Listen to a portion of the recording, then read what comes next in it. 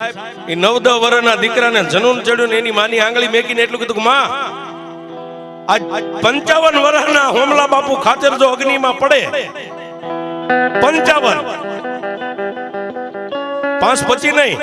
55 વર્ષના સોમલા બાપુ ખાચર અગ્નિમાં પડે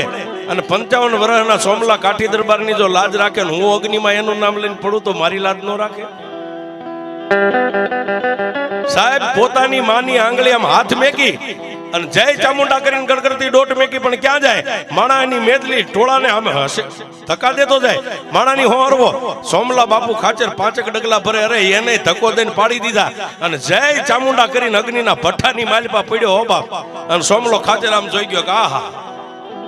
પણ અગ્નિની માલપા ઉભો રહીને એટલું કીધું દરબાર 70 વર્ષે તો આબરૂ રાખે પણ જો મારી જેવા કુમળા ફૂલની આબરૂ રાખે ને તો આ ડુંગરે બેઠી બરોબર